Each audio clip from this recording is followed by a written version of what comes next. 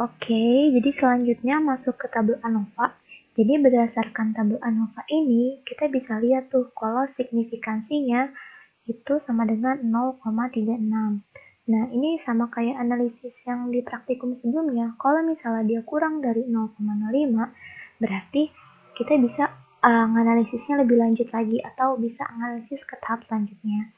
Kalau mau lebih mastiin lagi, kita bisa lihat dari nilai F-nya. Kalau misalnya F hitung lebih besar dari F tabel, jadi variabel dependen tersebut dapat dijadikan alat prediksi dan estimasi. Begitupun sebaliknya. Nah, ternyata di sini bisa kita lihat tuh, ternyata F hitungnya yaitu 5,461 lebih besar daripada F tabel, yaitu 0,245. Nah, berarti udah, ini bisa dijadiin alat prediksi. Nah, gimana sih? Oh, sorry, ini bukan variabel dependen tersebut ya. Ini maksudnya sih, siapa namanya? Si rumah makan ini. Itu bisa dijadikan alat prediksi dan estimasi untuk si PDRB gitu maksudnya. Nah, gimana sih caranya kita dapetin nilai F tabel ini? Nilai F tabel ini bisa kita dapetin dari F tabel yang udah kalian pelajarin, kan ada kan yang ada nilai DF1-nya berapa, DF2-nya berapa, dengan kesalahan misalnya 0,05, itu bakal didapat nilai F sebesar 0,245. Nah, gimana sih ngeliat DF-nya? Nah, tadi ada kan di atas ini nih. DF1, ini DF2. Di sini juga ada sini, DF1 dan DF2-nya. Untuk DF1 1 dan DF2 13, kesalahan 0,05, dari tabel F itu nilainya 0,245 gitu. Nah, lanjut ke tabel selanjutnya, yaitu tabel coefficient, di mana tabel coefficient ini menunjukkan model yang dapat dibuat berdasarkan variabel prediktor. Variabel prediktornya itu kan si rumah makan.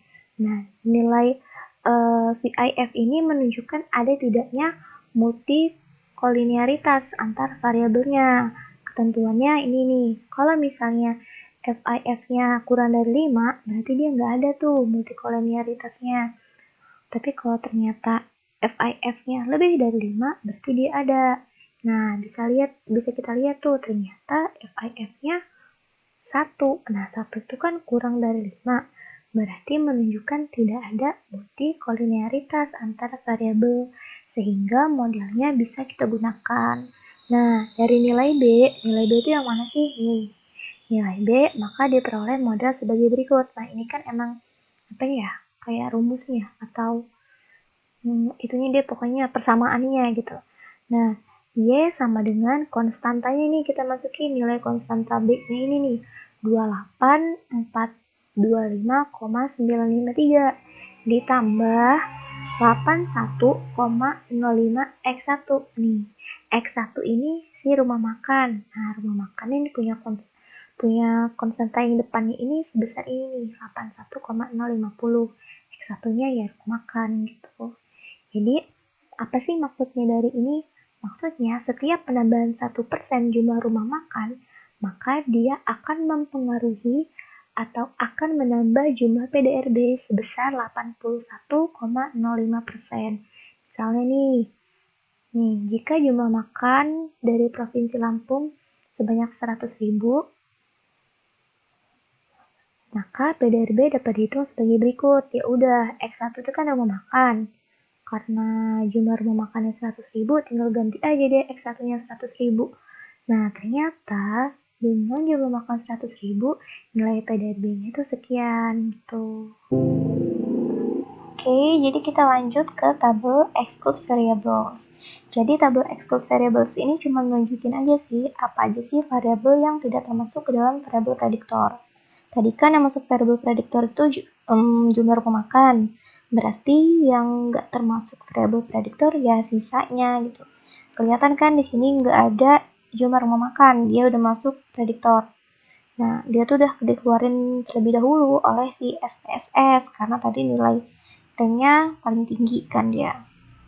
Next ke collinearity diagnostic. Nah, si tabel collinearity diagnostic ini menunjukkan nilai agent value-nya. dan juga dapat dilihat ada atau tidaknya multicolinearity dengan syarat si condition indeksnya kurang dari 15. Nah, kalau misalnya kurang dari 15 berarti dia tidak ada multicolinearity. Kalau misalnya dia kurang dari 15 gitu ya.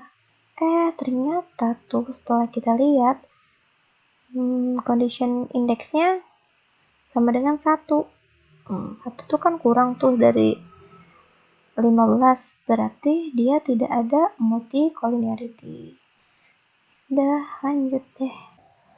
Oke, kita lanjut ke kurva scatter plot. Nih, bisa kita lihat ya, kalau misalnya kurva scatter plot ini menunjukkan persebaran dari seluruh variabel yang digunakan.